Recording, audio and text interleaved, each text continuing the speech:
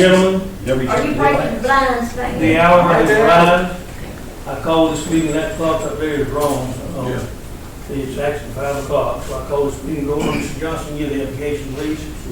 Father, again, thank you for allowing us to meet and handle the city business. I ask you to look down on through the wisdom and knowledge to make the right decision. I ask you to protect us in this hot weather. Take care of us because you know what you are doing. We ask you to bless those that are sick and shed in, bereaved. In your name, I pray, amen. Stand and pledge allegiance to the flag of our country. Pledge allegiance to the flag of the United States of America and to the republic for which it stands, one nation, under God, indivisible, with liberty and justice for all. Any modifications to the agenda? Hearing none, I entertain a motion we approve it as printed. So moved. Motion made by Mr. Johnson, seconded by Mr. Raymond. We approve it as printed. Any further discussion? Hearing none, call for the vote. All in favor say aye. Aye. Okay. All right, it's going to be short and sweet, I think, folks. Mr. Johnny Watkins, I think everybody in here knows him. And this has already been discussed and rediscussed 3 or 4 times. And I don't know why it's so slow getting here. But he has been suggested as a component of the Joint Development Authority, Jeff Davis and Denton. And I thought we would have already handled this, but at any rate we hadn't. So at any rate, he's been placed and it's already been discussed around about with the county and Denton and everywhere else. So I think they're waiting on us to approve it. I entertain a motion that we approve Mr. Johnny Watkins as a new member of the Jeff Davis Denton Jeff Davis Development Authority. So moved. Mr. Ramey has made the motion. Is there a second? Yes, sir, I'll second. Seconded and thirded. Okay, any further discussion about Mr. Johnny Watkins? He is a very fine man. Yeah, that's good. I think we all agree. All right, all in favor say aye. Aye. Any opposed? It's unanimous, Mr. Johnny. I think this concludes his appointment on that board. Chris, you were next up about your hardware for your employees. Yes, sir. Some time ago, you guys made us part the way on purchasing steel-toe boots for some of the employees and what have you. And several people came to me and asked me, was that a one-time deal or would it continue on yearly or just how it worked out? And I hadn't really got a positive answer one way or another, so I brought it to you guys to kind of get a definite on it from you guys' point of view on how we need to proceed with that. I got to chime in on this particular one. Sure, This was brought up at the staff meeting, once you missed the other day. But it was brought up, and there's several new people that are there that never even had an opportunity to get this, the steel-toed boots. It is a safety issue that all of the things that we do is work with it. And I'm concerned that we go ahead and make the approval on this particular thing so that we can help our employees to be safe. Now, how far, I personally feel like a lot of the employees don't need steel-toe boots. They're not in a hazardous situation to require that kind of thing. And we do, here again, we want to do all the good things to be as safe as we can, but that can get very expensive. It could, but it'd be a lot more expensive if they're injured out there on the job. It is something that we did once before under the issue of safety. Chris, please correct me if I'm wrong. I think they issued approximately $75 for a year to be able to buy boots, and they could go get them where they needed to as long as they fit the criteria of the steel toes or whatever. If that person's just sitting at a desk, maybe they don't need steel toe boots. But if they're out there working in a hazardous situation where you can get a drop or fall or anything like that, I certainly think that they need his, not only the OSHA requirements, but just general safety. And occupational safety and health is requiring that city employees, like most of ours, wear that hardware? Well, I know that they require them for business, but I don't know about municipals as where they can get away with that or not. But we ought not try to find loophole to get away from protecting from safety. Okay, How many more? They don't purchase their own boots. we just heard him say now, that, I think you should. well, The thing of it was, back in the meeting, and Chris, I'm gonna assist you just a little bit. Y'all made the recommendation to put $75 toward boots for the employees that need them, especially the steel toes. But it was not clarified, was this a one-time purchase, or is it going to be an annual purchase? Now, I will say this, and I'm gonna ask you a question. Do you all have waiters? And I'm asking this because every time I turn around and I see employees come in here without their boots on, well, I wet them. Why don't they have the waders on? They do have waders, they're hot, they're, you're dry, you're up here with a wader, they're hot. A lot of times with our job, you don't want to take the time to go take your boots off that you have on, put on a set of waders, and I understand we should, but I myself am very guilty in the past of just hopping in the whole water and doing what needs to be done. But how many of you people would require these boots? I would personally say anybody that's working around any sort of equipment would be a good idea to have a steel toe boot. Whether it be a backhoe, forklift, bobcat. I was thinking Whatever. all this was mainly in the water department. But Well, I you mean, all mind probably. My guys is the one that have talked with me about it, and that's why I brought this to you guys, just to get some clarification to see, if it's a one-time thing, so be it. But I need something to tell them for one way or another. Conrad's not here, but I wonder if, you take the fellows that ride the trash truck, do they need steel toe boots?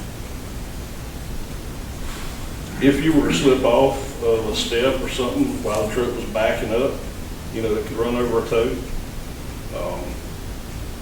But it seems like those things are not very comfortable and They're not. I mean, I got a pair on myself just because, you guys help us get them, and I wear them every day. And, primarily my job's in the office now, overall. But you never know, I may be out if something happens.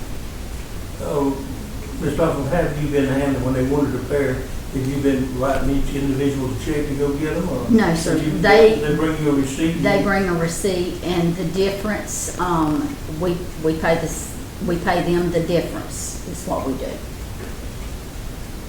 The 75. Well, that seems like a good way. In other words, they go get the boot and bring you, and then you. Bring it to You Kim. compensate up to $75 Right, for protective boots for them. yes, sir. But I don't see why, if they've got the initiative to go get the boot, they feel like they need it, and they need a pair of boots, and they bring it to you, we've already made that rule, then what, we don't need to do anything here, let's just follow that policy. So you're saying on an annual basis? That's where the clarification needs to be. I think it needs to be on an annual basis. I don't know that I've got too many pairs of shoes that I'm not gonna wear out in a year or two myself. They might not be steel toes. I know that when I worked, the public is in putting in water mains, we were required to wear steel toes at that time. Or when Ms. Burris, I would suggest do it this way then. Type up a memo out to, right away, say, what about the fire department? What about- Now, they have there's, I'm not gonna even go to the police department or fire department, because that's a whole nother different standards, correct? Yes, totally different. So, so this will just be with the public works. Mm-hmm. Okay, once you write a memo that, if one pair annually is available and they have to purchase it, and then if they show the initiative to go buy them and bring them to you, you pay up to $75 total cost, is that right? Yes, sir. Why don't we just reinstitute that? Make that Do I motion. I move that we reinstitute the $75 annually for the purchase of safety boots. And steel toes. this is, they've got, bring the ticket, they bought the shoes and. She'll bring the receipt to. All right, let's do that. Is there a second to that motion? Motion made, seconded. Any further discussion? All in favor, say aye. Aye. Any opposed? All right, that should take care of that. Yes, sir, I have one more question, if you don't mind, on that level. Are we gonna make this a mandatory that you wear steel-toe boots? Or is it up for the person's opinion? Well, I think, like I say, in certain positions, you department heads know what you've got a fellow, for instance, I don't think that, in fact, we've already had one employee in the maintenance department, he had a tremendous bad injury of steel falling on and missing his foot up bad. I think that ought to be a requirement for some people, but then here again, that's up to the department heads to decide, listen, if you're gonna do this hazardous work, you need to have these boots. So I think that should be something that y'all could handle. I'm just scared we may get into a situation where we're kind of splitting hairs, where if we mandated this person wear them and this person gets hurt not wearing them, are we liable at that point? Well, you, for an injury, you're liable whether you. Aren't you the supervisor? Man, Okay.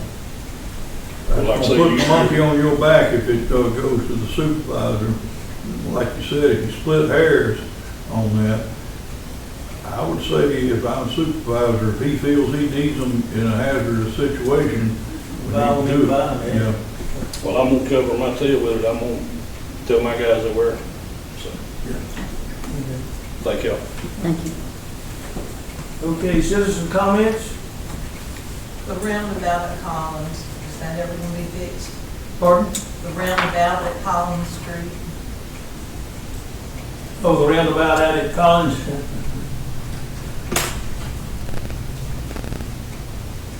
Y'all right around, is there a roundabout out there? No, To some people. it's been torn up, Everybody People who runs, drive everybody through there. runs over. we've repaired it 4 Depends who times. drives through there, if there's a roundabout. What It's did a you say? temporary roundabout. What'd you say? I said, it depends who drives through there, whether or not there's a roundabout. Whether it's round or not. Some people continue They straight. roundabout it, don't they? We spent a lot of money on that thing. The last time we sent James Benjamin out there and he worked on that thing, it was $30,000. And here it is go up again. Now let me tell you what's going on. I found this out in Conrad's help. There's a logger that lives back down that way. He comes there with a load of logs and comes around that thing and just tears it all to hell. And there's no excuse if he's a good truck driver. He's got enough room to come around that thing and that little log not get up on all that stuff and tear signs and everything else up. And I don't know, there's no cameras there. But it's embarrassing, and a lot of folks are asking the same question that you asked up there, and it does need to be fixed. I think the best thing to do is to get Benjamin to go out there and give us an estimate, and let him bring it back up here to us and give us an estimate of what we think to put it back in good shape and get it done, because it is rather embarrassing that it stayed that way that long. But when you spend as much money on it as we spend on it, it's embarrassing too. It's expensive. The money that we put in it, and it's actually neglect and carelessness, and it's causing it. But at any rate, I guess that's just part of the cost of doing business. So if it suits the council, I'll get Benjamin to give us a quote on getting it put back and get the signs all put back up, and we'll try to get that done, Mary Ann. Thank you for calling that to attention. It needs to be done. Okay, but is that approval of the council? Yeah. Okay, all right, yeah, I'll get a quote on it and we'll try to get it fixed. Okay, other citizen comments? Council comments?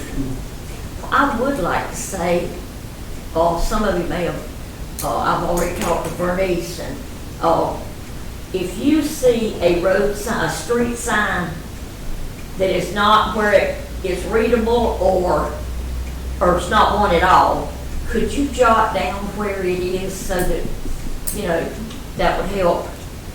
I'm Those going things to, I fixed. talked to Miss Bernice the Yeah, other well, I day. knew. She reached out to me. I'm going to assign an officer to go out and start making us a list. 90% of them you can't read. I don't know how many years they've been up. They're so faded out. I stopped at one the other day, and it was hard to read it. They're just bad. I don't know, whatever reason, sun bleached them out or something. Yeah. But I'm going to sign somebody to go out and make us a list and turn it in. I just thought that the citizens, turn them into somebody, one of us, and that would make them easier to get fixed.